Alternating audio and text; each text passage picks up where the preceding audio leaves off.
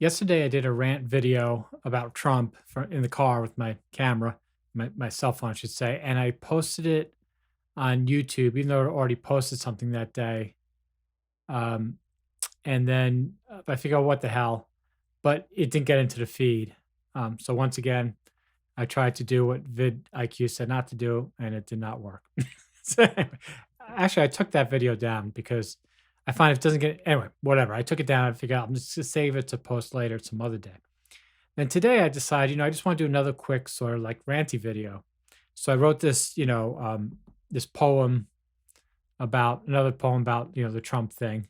It's just the easy subject to cover these days. So I wrote that, and then um, I talked to the webcam like this, going back and forth. You can really see my eyes moving back and forth. It wasn't a big deal, but I need to go shopping, and I thought, well, why not just use my cell phone again?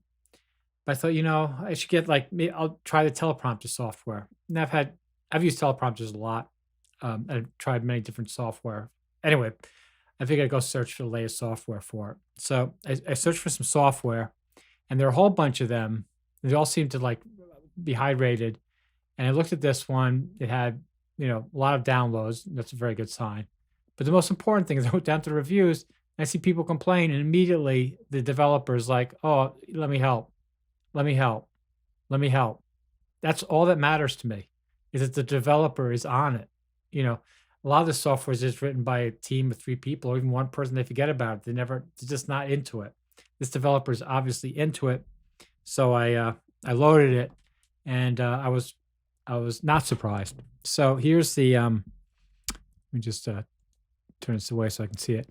So here it is. So you can see the script is on top. Now, what I love about this software and what I don't like about the Play Store is it's not easy for it to show details. It's really irritating. I have to go to a site. But anyway, he has it programmed exactly the way I want it. So what I did is I took this and I copied it into, and this is how I'm going to do all these videos going forward, is I copied it into a Google Doc, which I'm going to call a current script, which will always just be that day's script. So I copied it here, and then it was easy enough for me to again, I have to close it. It was easy for me to use this to just go to my Google Drive and import it. It took literally 2 seconds. And then he has this thing down here where you can read it and adjust the speed to get just the speed you like. You hit record and boom, it's done. And another thing I sort of like about it, though somebody complained about in the review, but I think he did it the right way, or she, is it saves the videos to the phone. It doesn't put it into your Google Drive. So you have to upload it to your Google Drive. So I took a few takes. I'm going to delete the ones I didn't like. I took the one that I liked, and I uploaded only that one to the Google Drive. So that was good. To Google Photos. So I went to Google Photos, and I just downloaded it, and then I imported it into CapCut. It did the captions really well. And then I just went through, and I just, each caption I would just maybe highlight a word. I just changed it a little bit here. I only put animation on the first and the last one. Then I went into the audio. Again, like I said, the music is just great. I got some really cheesy audio because that's what it deserves. And I put that in here. And, that's how I made today's video, which you can go watch. So the other thing is, again, even though I have tons of camera equipment, tons of software, programming, a lot of stuff, I really need to keep it simple. So I can focus again on the content. And again, I want to say, whoever developed this, I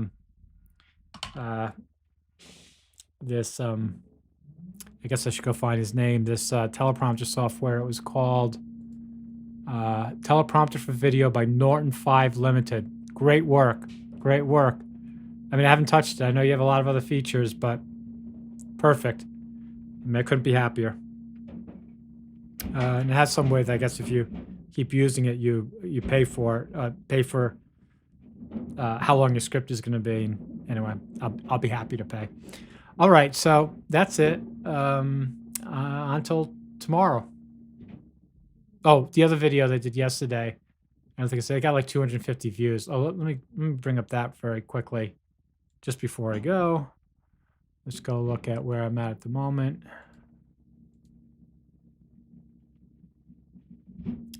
So how Apple Watch makes you poor. Again, it had a bunch of sync issues with the images. So it's up to 404. So, it's actually continues to build a little bit. So that's nice. But the Trump calls CNN, that hasn't moved at all. So anyway, there we are. Thanks for watching. Trump has always been New York's clown town developer to the Eurotrash set. Yet Trump is very important to New York, like bed bugs are to beds. He's not an attractive man, but as Frank Sinatra sang, if you can make it here, you can make it anywhere. Which Trump certainly proved every time he made a lingerie model his wife. Trump knows full well there will be no riots. There's only one reason New Yorkers get out of bed: themselves. If you see protests in New York, you can bet there's something each person standing expects to get. What Trump will find when he enters court is how New York magnifies the large to make it small. Win or lose, doesn't matter. When your spectacle is over, you're shown the door.